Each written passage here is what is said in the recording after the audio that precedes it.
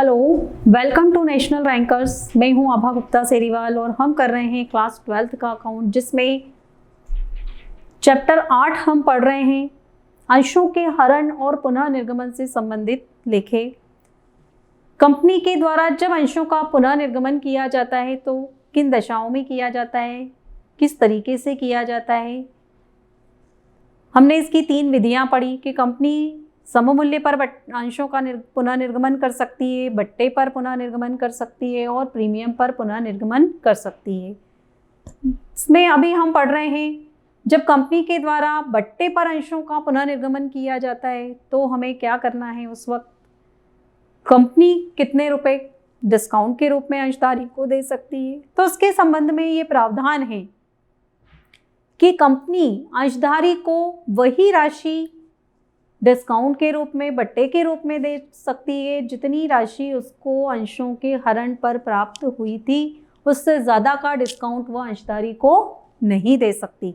जैसे यदि मान लीजिए कि किस अंशधारी से 20 रुपये प्राप्त हुए थे अंशों पर, तो कंपनी 20 रुपये उसको पुनः निर्गमन पर बट्टा दे सकती है, अर्थात कंपनी को 80 रुपये प्राप्त होना ही चाहिए। इसके संबंध में अब हम देखेंगे कि हम क्या जर्नल एंट्री कर सकते हैं। अंशों के पुनः निर्गमन की दशा में बट्टे की राशि को बट्टे खाते में डेबिट किया जाता है। बट्टे की राशि मतलब डिस्काउंट की राशि को कहाँ डेबिट किया जाएगा? डिस्काउंट अकाउंट में। लेकिन इसमें ऐसा होता नहीं है, क्योंकि इसको डिस्काउंट अकाउंट में डेबिट ना करके अंश हरण खाते को डेबिट कर दिया जाता है। अगर मान लीजिए नॉर्मल कंडीशन में डिस्काउंट की राशि प्राप्त नहीं हो रही है तो डिस्काउंट को डेबिट होना चाहिए, लेकिन कंपनी ऐसा नहीं करती है। क्यों नहीं करती है? क्योंकि ये जो अंशों के पुनः निर्गमन पर दिया जाने वाला बट्टा है वो कंपनी अंश हरण खाते से चार्ज करती है। मतलब अंश हरण पे जो राशि उसको मिलती है उस राशि में से इस राशि को वो कम कर देती है। इसलिए शेयर फॉरफिटेड अकाउंट को इसमें डेबिट किया जाता है और फिर इस खाते का जो बैलेंस होता है, जो बैलेंस बचता है, माइनस करने के बाद वो कैपिटल रिजर्व अकाउंट में पूंजी संचय खाते में ट्रांसफर कर दिया जाता है। तो इसके संबंध में एंट्री होती है bank account debit to share forfeited account debit, क्योंकि ये डिस्काउंट की राशि है, ये वास्तविक प्राप्त राशि है कंपनी को बैंक में। और शेयर फॉरफीचर में हमको कौन सी राशि लिखना है? बट्टे की राशि। To share capital account narration हो जाएगा being forfeited shares issued at discount, मतलब जो इशूड शेयर्स थे वो डिस्काउंट पर वापस रीइशू किए गए। तो ये एंट्री बनाना है आपको कब? जब अंशों का बट्टे पर पुनः निर्गमन किया जाता है। इसके बाद पुनः निर्गमन पर दिया जाने वाला बट्टा यदि अंशों के हरण पर जब्त राशि से कम है तो कुछ ना कुछ रकम अंश हरण खाते में बचेगी। तो इस लाभ को अंशों के पुनः निर्गमन पर पूंजीगत लाभ मानकर पूंजी संचय खाते में हस्तांतरित कर दिया जाएगा। अर्थात जब भी कोई फॉरफीचर की एंट्री आप करेंगे तो फॉरफीचर की एंट्री में जो शेयर फॉरफीचर की अमाउंट है उसमें से अंशों के पुनः निर्गमन पर जो दिया जाने वाला बट्टा है, अर्थात जो शेयर फॉरफिटेड अकाउंट हमने डेबिट किया है उसकी अमाउंट को माइनस कर दिया जाएगा और जो राशि बचेगी वो कैपिटल रिजर्व अकाउंट में ट्रांसफर कर दी जाएगी।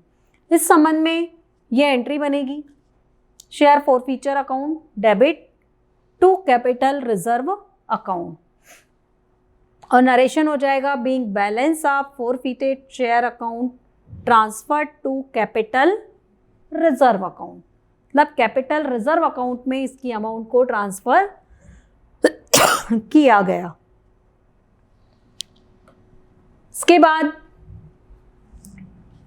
हरण अंशों के पुनः निर्गमन की परिस्थितियां कि क्या परिस्थितियां हो सकती हैं जब अंशों को हरण किया जाता है और फिर वापस उसको पुनः निर्गमित किया जाता है। तो जब अंशों को हरण करके पुनः निर्गमित किया जाता है तो ये कंपनी की इच्छा पर निर्भर करता है कि कंपनी चाहे तो सारे अंशों को पुनः निर्गमित कर दे और कंपनी चाहे तो उसमें से कुछ अंश अपने पास रख ले और कुछ अंश जनता को पुनः निर्गमित कर दे। तो इसकी पहली कंडीशन है हरण किए गए सभी अंशों का पुनः निर्गमन करना। जब हरण किए गए सभी अंशों का पुनः निर्गमन किया जाता है तो शेयर फॉरफिटेड अकाउंट के शेष को पूंजी संचय खाते में हस्तांतरित किया जाता है। हरण किए गए अंशों का आंशिक पुनः निर्गमन करना। कभी कभी कंपनी क्या करती है कि पूरे अंशों को पुनः निर्गमित नहीं करती है। जैसे 1000 अंशों को उसने हरण किया था तो उसमें से 800 अंश उसने पुनः निर्गमित किए। तो जब हरण अंशों का आंशिक पुनः निर्गमन होता है तब अंश हरण की पूर्ण राशि पूर्ण निर्गमित अंशों से संबंधित नहीं होती, फलतः पुनः निर्गमित अंशों से संबंधित आनुपातिक लाभ हानि को ही पूंजी संचय खाते में ट्रांसफर कर दिया जाता है और शेष जो जब्त अंश पुनः निर्गमित नहीं किए गए हैं उनसे संबंधित खाते को आगे ले जाया जाता है, मतलब उसको कैरी फॉरवर्ड किया जाता है ताकि भविष्य में उनका पुनः निर्गमन हो तो समायोजन किया जा सके। मतलब अगर भविष्य में कंपनी चाहे तो उनका पुनः निर्गमन करे और फिर जो भी उस संबंध में समायोजन बनता है वो समायोजन करे। तो ये कंपनी की इच्छा के ऊपर डिपेंड करता है कि वो हरित किए गए अंशों में से कितने अंश पुनः निर्गमित करना चाहती है।